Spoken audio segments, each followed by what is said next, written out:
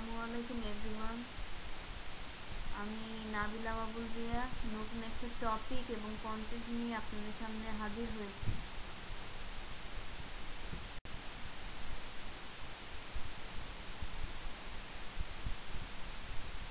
Cashier cashier সাধারণত আমরা কাদেরকে বলি? তো এখানে লেখা আছে, the entity who earn money in petty vendor system is being called cashier. Is a simple method of petty cash organization. Cashier indeed for small enterprise to giant enterprise. Cash receipt and cash payment, credit and debit oriented transactions performed by cashier easily. তো এখানে সাধারণত বোঝানো হচ্ছে যে ব্যক্তি সত্তা সাধারণত অর্থ ব্যবস্থাপনা কার্যক্রমের সাথে জড়িত থাকে তাদেরকে আমরা ক্যাশিয়ার বলছি। এটা খুবই একটা সামান্য কাজ হয়ে থাকে সাধারণত বৃহৎ কোনো প্রতিষ্ঠানে, কিন্তু কোনো এক মালিকানা ব্যবসা প্রতিষ্ঠানের জন্য এটা একটা বৃহৎ কাজ। আর ক্যাশ রিসিট এবং ক্যাশ পেমেন্ট, দ্যাট ইজ যে ক্রেডিট এবং ডেবিটের যে ফাংশনগুলো আছে সেগুলো ক্যাশিয়াররা খুব সহজেই করতে পারে। সাধারণত ব্যবসা অনুষদের যে শিক্ষার্থীগুলো থাকে, পড়ুয়া শিক্ষার্থী যারা গিয়ে এখনো সার্টিফিকেট গেইন করেনি, তারা সাধারণত পড়াশোনার পাশাপাশি নিজেদের পড়াশোনার খরচ বহন করার জন্য ক্যাশিয়ার হিসেবে যে কোনো এক মালিকানা প্রতিষ্ঠান অথবা যে কোনো রিটেল শপ অথবা সুপার শপে নিজেদেরকে নিয়োজিত করতে পারে। তারপর আসি ডেটা এন্ট্রি অপারেটর। তো সাধারণত অনেকেই প্রশ্ন করে থাকে যে ডেটা এন্ট্রি অপারেটর এবং ক্যাশিয়ার কি এক, বা একজন ব্যক্তি কখনো ক্যাশিয়ার কি কখনো ডেটা এন্ট্রি অপারেটর হতে পারে কিনা? The answer will be go for the yes option. Okay, তো যেটা বলতে চাচ্ছি যে একজন ক্যাশিয়ার যখন একটা ক্যাশ রিসিট বানায় বা ক্যাশ পেমেন্ট স্লিপ বানায়, সহজে যেটা বলতে চাচ্ছি, দ্যাট ইজ যেটার মাধ্যমে কী করবে, সে অর্থটা প্রতিষ্ঠানের হয়ে অর্থটা আয় করবে। তো সেই স্লিপটা বানানোর জন্য যখন কম্পিউটার ইনপুট প্রদান করে বা এনকোডেড করে, তখন তাকে আমরা ওই মুহূর্তের জন্য ডাটা এন্ট্রি অপারেটর বলতে পারি। ঠিক আছে, তো একজন ক্যাশিয়ার একই সাথে ক্যাশিয়ার পদবি নিয়েও থাকতে পারে এবং ডাটা এন্ট্রি অপারেটর নিয়েও থাকতে পারে। এটা এক মালিকানা ব্যবসা প্রতিষ্ঠান অথবা সরকারি কোনো স্বায়ত্তশাসিত প্রতিষ্ঠান অথবা সুপার শপের ক্ষেত্রে। কিন্তু বৃহৎ কোনো স্বনামধন্য যে প্রতিষ্ঠানগুলো আছে, তারা ক্যাশিয়ার এবং ডেটা এন্ট্রি অপারেটর এই দুজন এন্টিটিকে আলাদা চোখে আলাদাভাবে উপস্থাপন করে থাকে এবং আলাদা ভাষায় বা আলাদা ভঙ্গিমায় সেটাকে তারা মূল্যায়ন করে থাকে। এখানে তিনটা ওয়ার্ড দেখতে পাচ্ছি। ফার্স্ট ওয়ান ইজ প্রেফার্ড, যেটাকে আমরা বলছি আবশ্যকীয়। সুইটেবল, মূল্যায়িত। অ্যাডজাস্টেবল, সমন্বিত। That is cashier or data entry operator কখন প্রেফার্ড, কখন সুইটেবল, কখন অ্যাডজাস্টেবল। দ্যাট ইজ এনভায়রনমেন্ট দুই ধরনের হয়ে থাকে, একটা প্রতিকূল এনভায়রনমেন্ট আর একটা অনুকূল এনভায়রনমেন্ট। হ্যাঁ, তো হিতে বিপরীত যখন আমরা কাজ করা শুরু করি তখন সেটাকে আমরা প্রতিকূল পরিবেশ বলে থাকি, এবং যখন আমরা সহনীয় মাত্রা বা সহনীয় পর্যায়ের পরিবেশ দেখে থাকি তখন সেটাকে আমরা অনুকূল পরিবেশ বলে থাকি।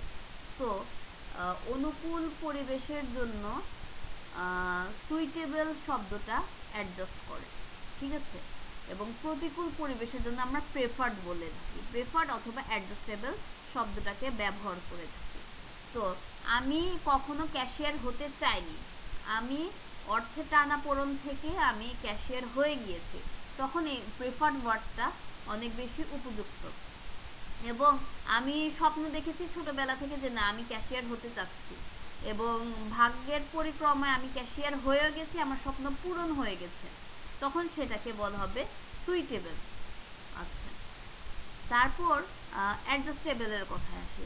আমি কোনোভাবেই ক্যাশিয়ার পদে আমি থাকতে চাচ্ছি না, কিন্তু কোম্পানি আমাকে জোরপূর্বক বা বলপূর্বক এই কাজটা করতে বাধ্য করছে, এবং আমি বিভিন্ন চড়াই উতরাই পার করে হোক, যেভাবেই হোক আমি সেই কাজটা করতে বাধ্য হচ্ছি, ইনফোর্স বাই ল।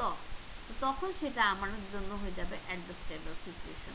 তো ডেটা এন্ট্রি অপারেটরের ক্ষেত্রেও তাই, যে কখন প্রেফার্ড, কখন সুইটেবল, কখন অ্যাডজাস্টেবল। দ্যাট ইজ যখন আমরা পজিটিভ মাইন্ড থেকে চিন্তা করব তখন সেটা আমার জন্য সুইটেবল হয়ে যাবে, এবং যখন আমরা নেগেটিভ মাইন্ড থেকে চিন্তা করব বা নেগেটিভ এনভায়রনমেন্ট থেকে চিন্তা করব তখন সেটা আমার জন্য প্রেফার্ড অ্যান্ড অ্যাডজাস্টেবল হয়ে যাবে।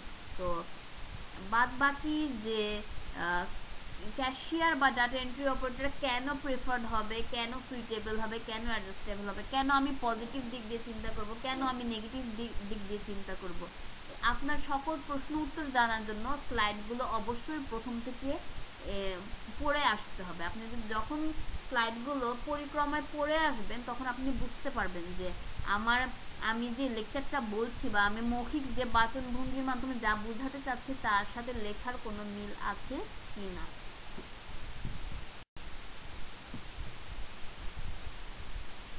Cash generated or cash circulated, অর্থ কি উৎপন্ন করা যায় কিনা অথবা অর্থ ঘূর্ণায়মান কিনা।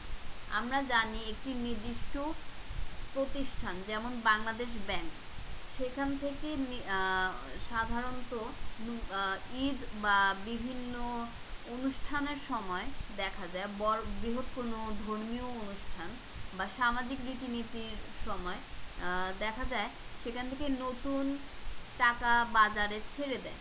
সেই টাকা বিভিন্ন মাধ্যম, বিভিন্ন পক্ষ বা বিভিন্ন স্থান বা বিভিন্ন উৎস থেকে ঘুরে একটি নির্দিষ্ট ব্যক্তির নিকট পৌঁছায়, তখন সেটা হয়ে যায় ক্যাশ সার্কুলেটেড।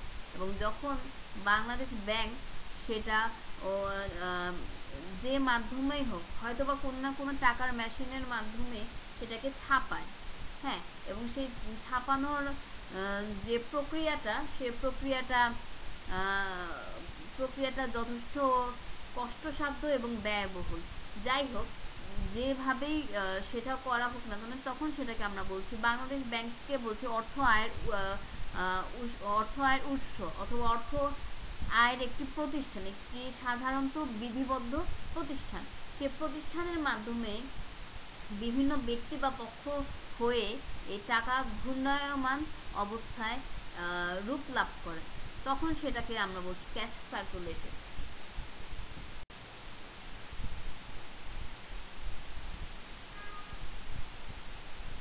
স্ক্রিনে যে প্রশ্নটা দেখতে পাচ্ছি সেটা একটু রিডিং করি, কি লেখা আছে।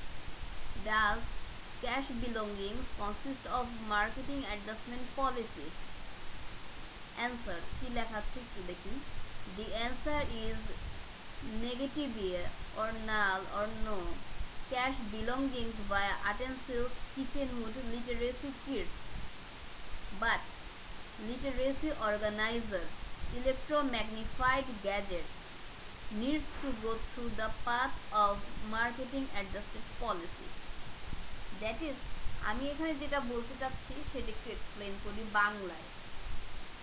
এখানে বলা হচ্ছে যে আমরা যে সকল সম্পদকে ক্যাশ তো লিকুইড অ্যাসেটস, তাই না? Liquid assets that is current assets.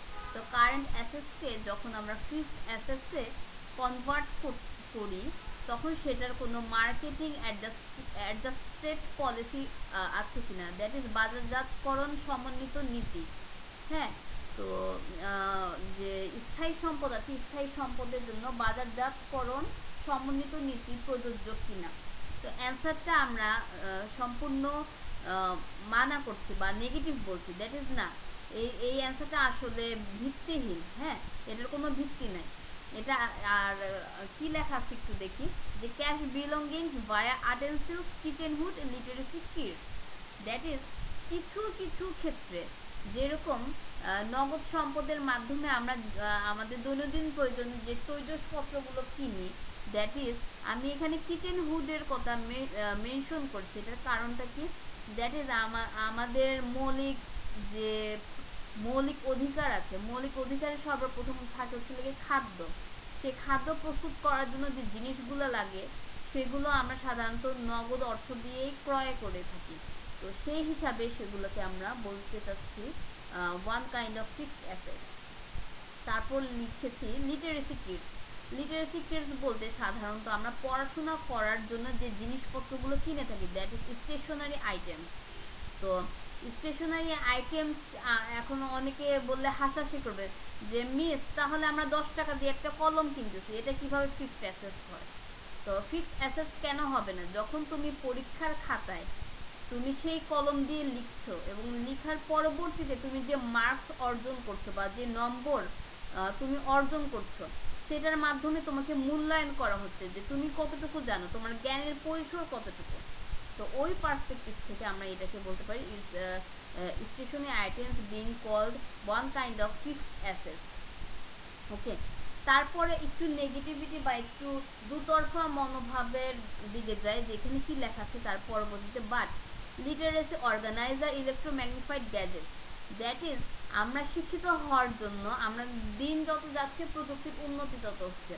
তো এই প্রযুক্তির মাধ্যমে সেলফোনকেও ধরতে পারি, স্মার্টফোনকেও ধরতে পারি, ল্যাপটপকে ধরতে পারি। উচ্চশিক্ষার জন্য আমরা দেখছি আমাদের একটা প্রেজেন্টেশনের ব্যবস্থা আছে। তো সেই প্রেজেন্টেশনের জন্য আমাদের স্লাইড বানিয়ে নিয়ে যেতে হয়, সেটা ডেস্কটপ হোক অথবা ল্যাপটপ হোক অথবা মোবাইল হোক অথবা স্মার্টফোন হোক। তো এগুলোকে আমরা ইলেকট্রিক ম্যাগনিফাইড গ্যাজেটস বলতে পারি।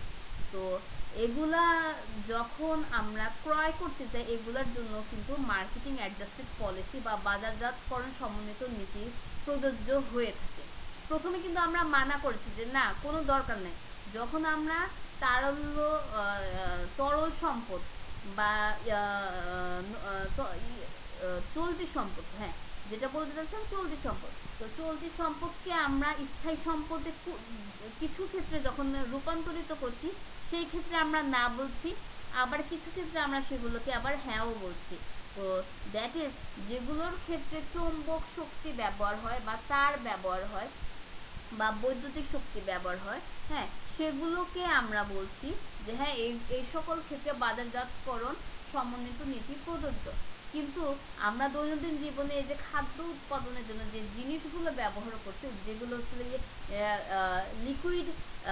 লিকুইড এলিমেন্টস বা গ্যাস, হ্যাঁ গ্যাসের সাথে রিলেটেড, দ্যাট ইজ যেগুলোকে আমরা উপযোগ খরচের মধ্যে, ম্যানুফ্যাকচারিং কস্টের মধ্যে উপযোগ খরচের মধ্যে দেখিয়ে থাকি, সেই উপযোগ খরচের কিছু কিছু জিনিসকে আমরা বলছি যে না, এই সকল ক্ষেত্রে বাজারজাতকরণ সমন্বিত নীতি প্রযোজ্য না। তাহলে আমরা এখানে দুই তরফা জিনিস দেখতে পাচ্ছি। হ্যাঁ, তো না হবে কখন? যখন হচ্ছে গিয়ে আমরা যখন আমরা হচ্ছে গিয়ে ম্যানুফ্যাকচারিং কস্ট শিটের দিকে তাকাবো, তখন আমরা সেটাকে আমরা মানা করছি যে না, এটা এই ক্ষেত্রে হচ্ছে গিয়ে বাজারজাতকরণ সমন্বিত নীতি প্রযোজ্য না। কিন্তু যখন আমরা আরেকটু মডার্ন হব, অ্যানশিয়েন্টের দিকে গেলে বা প্রাচীন বা পুরাতন জিনিসের কথা চিন্তা করলে, তখন এটাকে আমরা মানা করছি। কিন্তু যখন আমরা আধুনিক বা মডার্ন হচ্ছি, দ্যাট ইজ দুইটা টার্মস আছে, একটা হচ্ছে পিরিয়ডিক সিস্টেম আর একটা হচ্ছে পারপিচুয়াল সিস্টেম। তো যখন আমরা অ্যানশিয়েন্টের দিকে যাব বা পিরিয়ডিক সিস্টেমের কথা চিন্তা করবো, তখন এটার অ্যান্সারটা না আসবে। আর যখন পারপিচুইটি বা পারপিচুয়াল সিস্টেমের কথা চিন্তা করবো বা আধুনিক বা মডার্ন অ্যাকাউন্টিং এর কথা চিন্তা করব, তখন আমরা এটাকে হ্যাঁ বলছি।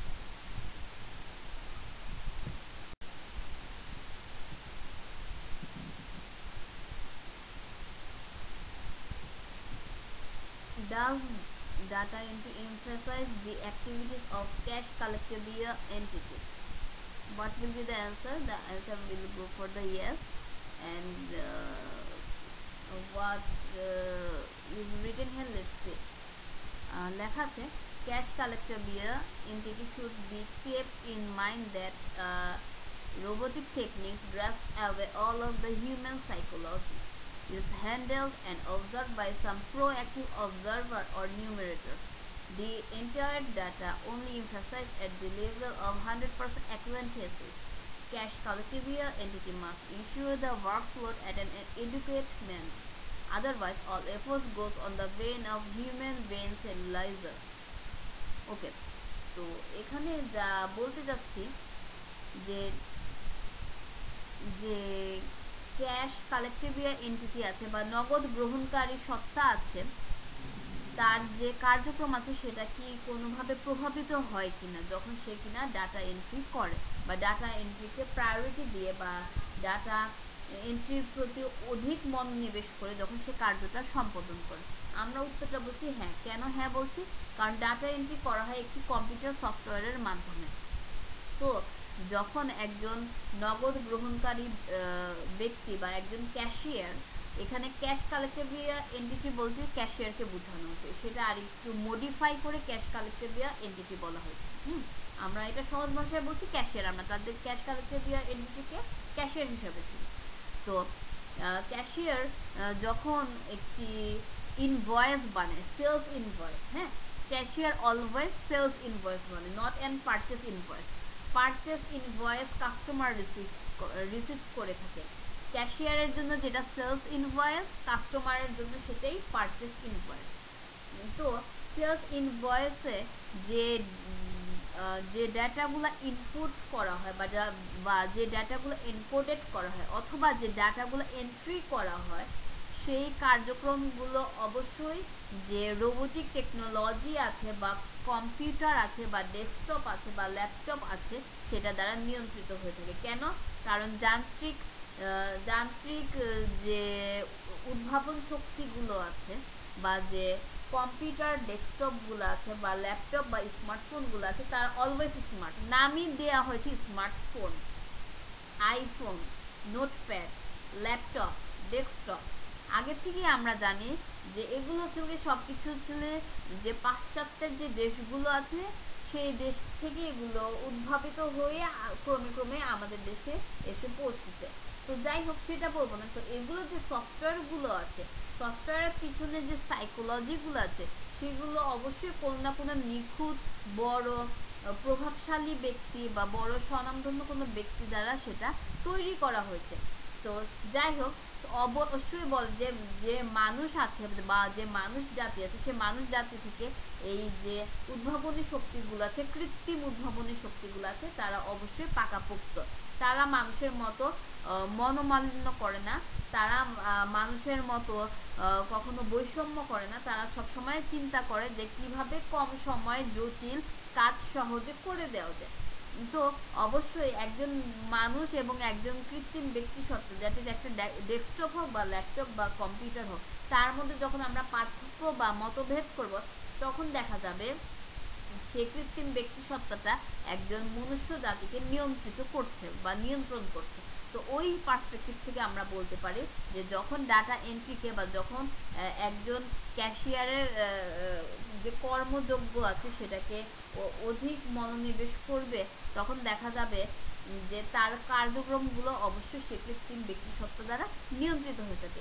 এটাই একটুখানি হচ্ছে গিয়ে রাইটারের ভাষায় বা রাইটারের মন মগজের স্টাইল, একটু অথেন্টিক স্টাইলে লেখা হয়েছে যাতে আপনারা এটা পড়ে কিছু শিখতে পারেন, কিছু জ্ঞান অর্জন করতে পারেন এবং আপনাদের যাতে লেখার হাত ভালো আছে, তাদের লেখার হাতটা যাতে আরো বেশি পাকাপোক্ত হয়। সেই জন্য একটু কঠিন বা একটু দুর্বোধ্য বা একটু ছন্দের আকারে বা একটু গল্পের ভাষায় লেখা আছে। কিন্তু নাটশেল এটাই আমরা বলতে পারি যে একজন ক্যাশিয়ারের যে কার্যক্রম আছে সে কার্যক্রম অবশ্যই একটি কৃত্রিম ব্যক্তি সত্তা যেমন কম্পিউটার বা ডেস্কটপ বা ল্যাপটপ দ্বারা নিয়ন্ত্রিত হয়ে থাকে।